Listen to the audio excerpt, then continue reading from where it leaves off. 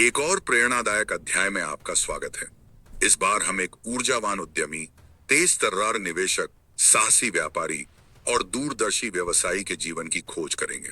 तो चलिए सीधे उनके संसार में कदम रखते हैं।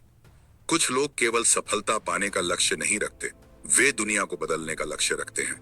मार्क रसेल बेनियोफ ऐसे ही व्यक्ति हैं, एक दूरदर्शी जिन्होंने न केवल तकनीकी उद्योग को बदल दिया, बल्कि इस बात को भी पुनर्परिभाषित किया कि व्यवसाय सामाजिक जिम्मेदारी, परोपकार और नवाचार को कैसे अपनाते हैं।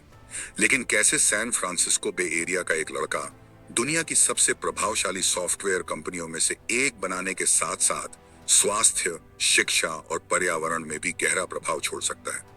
यह यात्रा शांतिपूर्वक शुरू होती है, फिर अद्भुत प्रभाव के साथ खुलती है।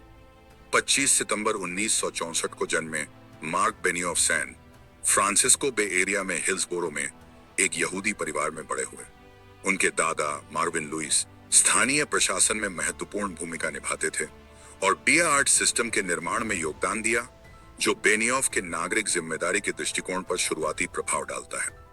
उन्होंने 1982 में बर्लिंघम हाई स्कूल से अपनी उच्च शिक्षा पूरी की, जिसने उनके भविष्य के प्रयासों की नींव रखी। इसके बाद उन्होंने university of southern California business administration में बैचलर ऑफ साइंस किया और 1986 में स्नातक हुए। यूएससी में वह टाउ कैप्पा एप्सिलॉन फ्रेटर्निटी के सदस्य के रूप में सक्रिय थे, जिसने उन्हें शुरुआती कनेक्शन बनाने में मदद की जो उनके करियर को प्रभावित करेंगे। मार्क बेनियोफ का पारिवारिक संबंध डेविड बेनियोफ से भी है, जो एक प्रमुख शो रनर और टेलीविजन लेखक। यह दर्शाता है कि प्रतिभा और रचनात्मकता परिवार में है।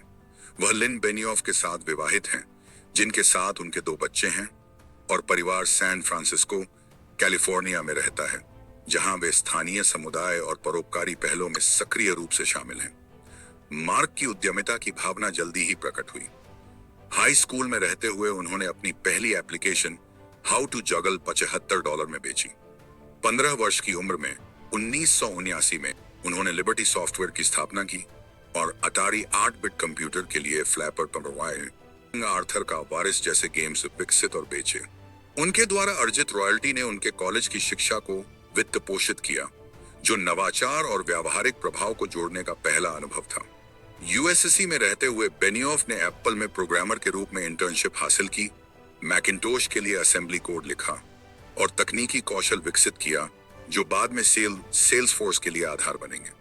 स्नातक होने के बाद उन्होंने ओरेकल कॉर्पोरेशन में शामिल होकर 13 साल का करियर शुरू किया, जिसमें उन्होंने सेल्स, मार्केटिंग और प्रोडक्ट डेवलपमेंट में विभिन्न भूमिकाएं निभाई।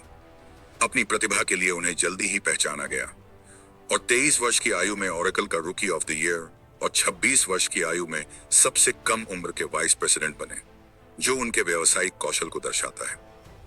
1999 में बेनियोफ ने एक ऐसी यात्रा शुरू की जिसने सॉफ्टवेयर को पुनर्परिभाषित किया।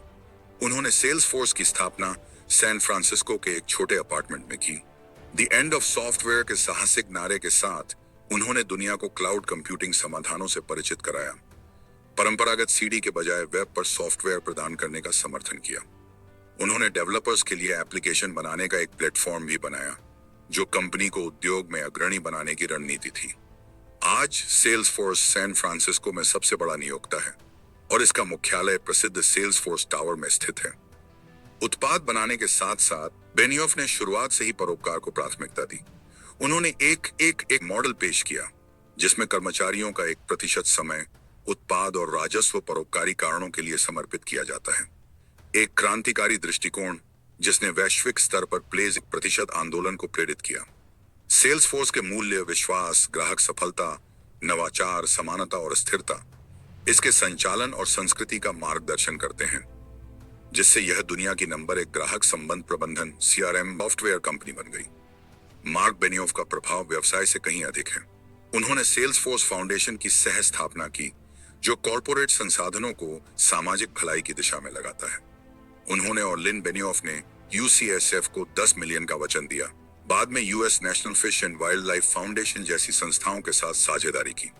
कोविड-19 महामारी के दौरान उन्होंने फ्रंटलाइन कर्मचारियों के लिए 50 मिलियन PPE आइटम उपलब्ध कराए और भारत में चिकित्सा आपूर्ति दान की। 2024 उन्होंने हवाई में अस्पतालों को $150 मिलियन का योगदान दिया, जिसके परिणाम स्वरूप स्ट्रॉब बेनियोफ मेडिकल सेंटर और हीलो बेनियोफ मेडिकल सेंटर का नामकरण उनकी उदारता के सम्मान में किया गया। मार्क बेनियोफ ने मीडिया और वेंचर कैपिटल में भी प्रभाव छोड़ा है।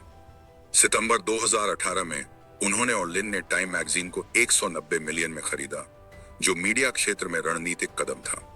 इसके बाद 2019 में उन्होंने टाइम वेंचर्स लॉन्च किया, जो Commonwealth fusion systems, universal hydrogen और एनसीएक्स जैसी दूरदर्शी कंपनियों में निवेश करता है। 2021 तक टाइम वेंचर्स द्वारा समर्थित कंपनियों में प्लैनेट लैब्स और योनक्यू शामिल हैं, जो सार्वजनिक हुई और फंड के प्रभाव को दर्शाती हैं।